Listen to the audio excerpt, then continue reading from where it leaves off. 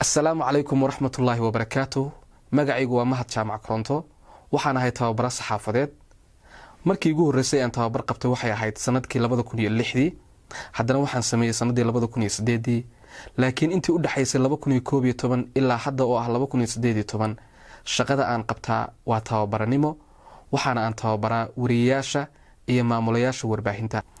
waxaan jeclaystay inaan halkan ka bilaabo tababaro saxaafadeed oo ah inaan idin la wadaago inta awoodeyda ah waxyaabaha aan is oran karo way hagaajin karaan warbaahinta af Soomaaliga wax ku qorta.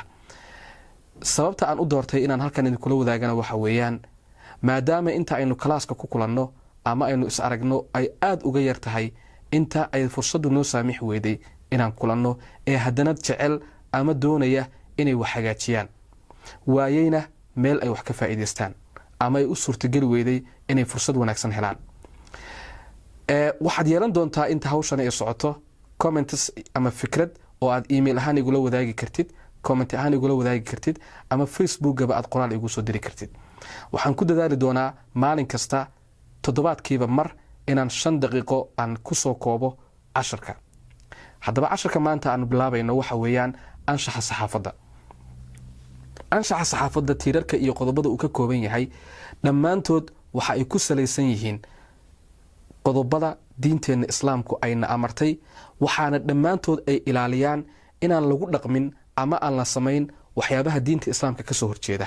tusaale ahaan qodobka ugu horeeya ee aasaaska u anshaxa saxaafadda waxa weeyaan runta, in run la sheego. waan garanaynaa halka ay diinta islaamku ka istaagtay runta. alaa lacnatullaahi cala alkaadibiin, yani dadka runta sheegan ilaahay wuu ammaanay, kuwa beenta sheegan ilaahay wuu lacnaday. haddaba runtu waa maxay? runtu waxa weeyaan in waxa sida ay jiraan loo sheego.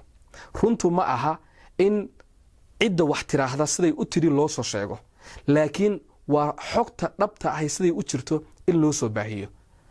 inaad tiraahdid waxa aad qoraysid ama codka aad soo deynaysid ama muuqaalka aad soo baahinaysid inaad ku dartid sida uu hadalka u dhigay ama siday hadalka u dhigtay, runka ma dhigayso wixii aad sheegaysay. waxaad runta ku ogaan kartaa inaad adigu horey wax xog u sii haysid oo aad dhinacyo kala duwanna ka xaqiijisid waxan aad baahinaysid.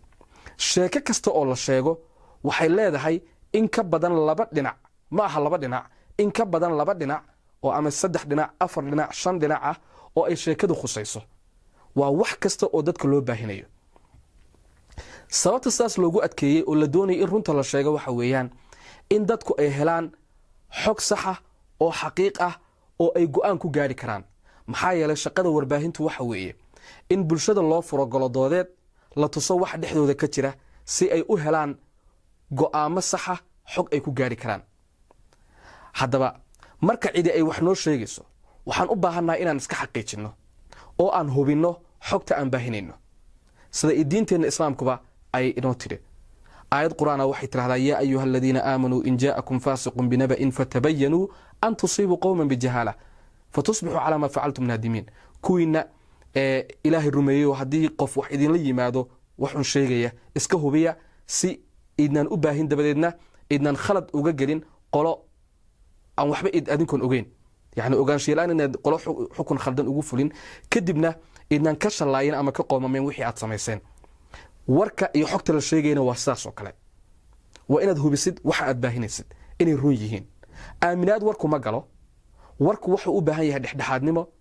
cidna lacag kuma bixin karto, cidna ma yeelan karto, qofna lama aamini karo, laakiin waxa la daba soconayaa oo la aaminayaa waa xogta.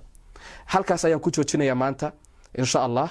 waxaan jeclahay inuu sida uga gaabto muuqaalada aan idinla wadaagayo si inaan uga caajisin.